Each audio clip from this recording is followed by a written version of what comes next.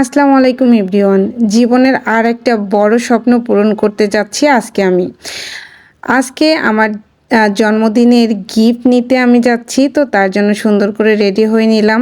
তারপর হাজব্যান্ডের কাছে যেটা আবদার করেছি জন্মদিনের গিফট অনুযায়ী, সেই টাকাটা নিয়ে এখন আমরা রওনা দিব আমার গিফট নেওয়ার জন্য। যদিও বা অনেকেই দেখে ফেলেছেন আমার জন্মদিনের স্পেশাল গিফটটা কী ছিল, তারপরেও আপনাদের পিছনের হিস্ট্রিটা আমি আপনাদের সঙ্গে শেয়ার করতে যাচ্ছি। সুন্দর মতো রেডি হয়ে তারপর দেখে নিচ্ছিলাম যে বাসাটার এখন এই অবস্থা, এরপর কিভাবে আমি এত সুন্দর করলাম সেটা চলেন আপনাদের সঙ্গে দেখাই। তো আমরা একদিন আগের দিন দেখে এসেছিলাম যে আমরা কোনটা নিব বা কী নিব। দেন আমার অনেক দিন থেকেই ইচ্ছা করতেছিল যে আমি হচ্ছে একটা ওয়াল শোকেস নিব আমার বাসার জন্য। তো সব সময় আমি প্রেফার করি আমার দুইটা দিনে, এক হচ্ছে আমার জন্মদিন আর একটা হচ্ছে আমার অ্যানিভার্সারি।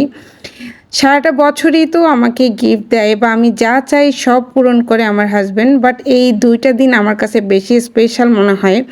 এই দুইটা দিন আমার কাছে অনেক স্পেশাল বিকজ আমি একদিনে জন্ম নিয়েছি আর একটা দিনে আমার এই সুন্দর ভালোবাসার মানুষটাকে পেয়েছি। তো এই দুইটা দিন যে কোনো না যে কোনো বড় ধরনের গিফট আমার চাই।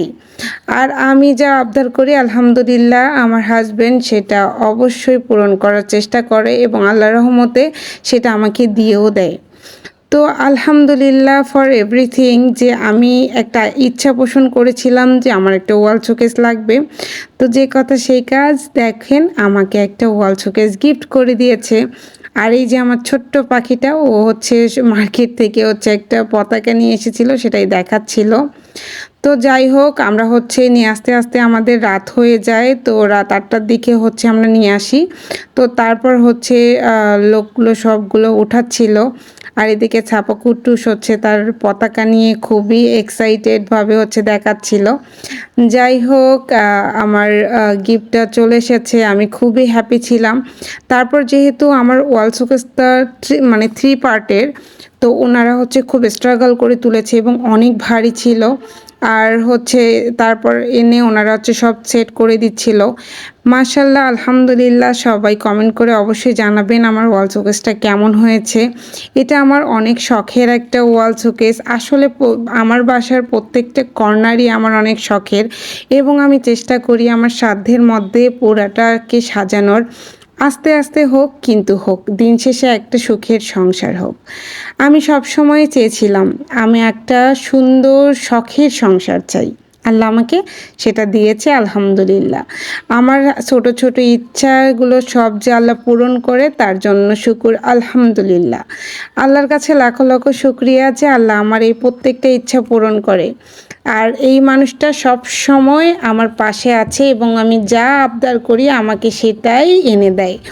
তো এই তো আমি হচ্ছে ওকে বলছিলাম যে তুমি একটু খুলে খুলে দেখাও। এটা হচ্ছে টোটাল 4 পার্ট এবং 3 পার্টের একটা আলমারি এবং নিচে 2টা করে ডয়ার আছে এবং মাঝখানে একটা বড় একটা পাল্লা আছে যেখানে আমরা লেপ টেপ সব ঢোকাতে পারি। অনেক বড় স্পেস।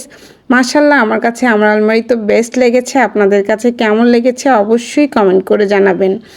এরপর ওই দিন রাতে তো জাস্ট নিয়ে এসে রেখে দিয়েছিলাম, তার পরের দিন আমি সুন্দরভাবে সব কিছু রেডি করে আপনাদের সামনে তুলে ধরছি। আর এই হচ্ছে আমার ডাইনিংয়ের ফাইনাল লুক। আলহামদুলিল্লাহ, এতদিন যেটা ভেবে ভেবে রেখেছিলাম আল্লাহ তাআলা সেটা পূরণ করেছে।